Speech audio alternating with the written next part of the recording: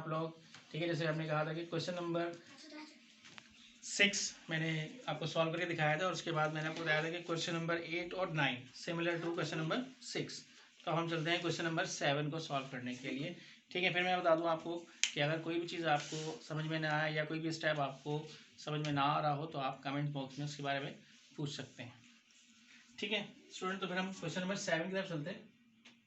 Question number 7 है a की power x upon a की पावर y 4 मल्टीप्लाई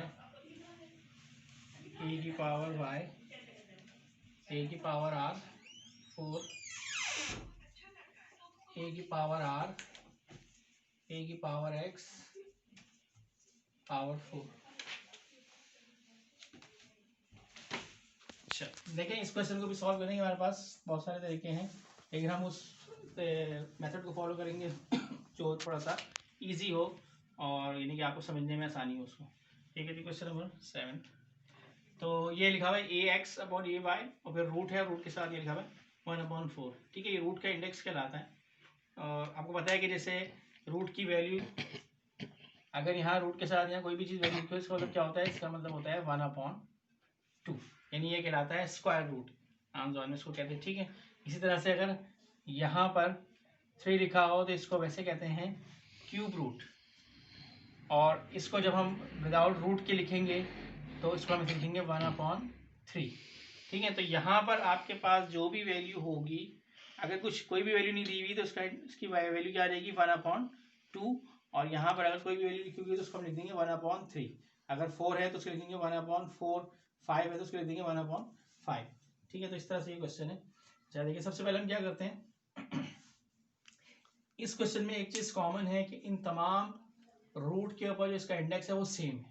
इससे भी 4 है, इस पे भी 4 है और इस पे भी 4 है। तो पहले तो हम ये करते हैं, इसको हम रूट हटा के पावर की फॉर्म में लिख देते हैं, यानी कि कैसे 1/4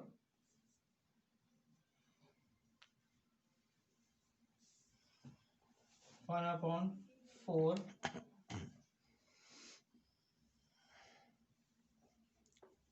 1/4, ठीक है। तो अब देखिए इस तमाम तीनों वैल्यूज के ऊपर सिमिलर पावर मौजूद है जो कि 1/4 के बराबर है, ठीक है। तो अब इसमें हम ये करते हैं, देखें ऐसे इस तरह से होता है कि मैंने एक चीज लिखी हुई है, जैसे x की पावर 3 इंटू वाई की पावर 3 इंटू जेड की पावर 3।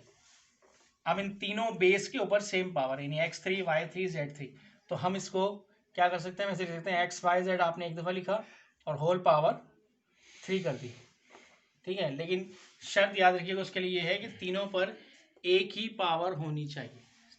तो यहाँ पर एक ही पावर मौजूद है तो हम ये करते हैं कि ax अपॉन a की पावर y, a की पावर y अपॉन a की पावर r, a की पावर r अपॉन a की पावर और होल पावर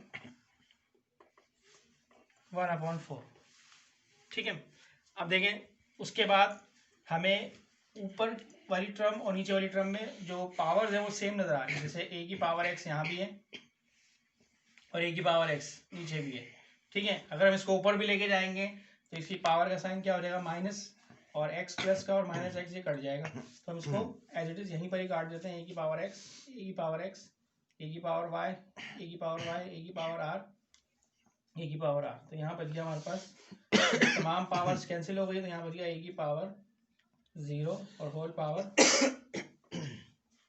1/4। अब जैसे कि हमने पिछली वीडियो में बताया था कि कोई भी बेस जिसकी पावर 0 हो वो 1 के बराबर होता है।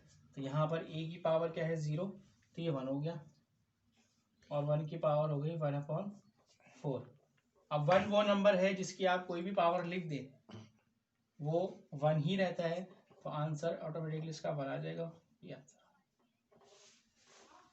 ठीक है। तो स्टूडेंट ये था हमारा क्वेश्चन नंबर 7 जो कि हमने बहुत ही ईजीएस्ट वे से जो इसको हमने सॉल्व किया है। इसके और भी तरीके हैं लेकिन वो थोड़े उसमें स्टेप ज़्यादा हैं, लेकिन क्योंकि एग्जाम के हवाले से जब हम इसको सॉल्व करते हैं तो हमें स्टेप भी सारे मिल जाए और स्टेप भी सारे हो जाए और सवाल को सॉल्व करने के जो स्टेप है वो सबसे ज़्यादा आसान हो। तो हमने यहाँ पर सॉल्व कर दिया क्वेश्चन। इस क्वेश्चन के हवाले से भी अगर आपको कोई प्रॉब्लम हो या कोई स्टेप समझ में ना आ रहा हो तो आप कमेंट्स बॉक्स में उसके बारे में हमसे पूछ सकते हैं। और don't forget to subscribe our channel. Thank you. अल्लाह हाफिज़।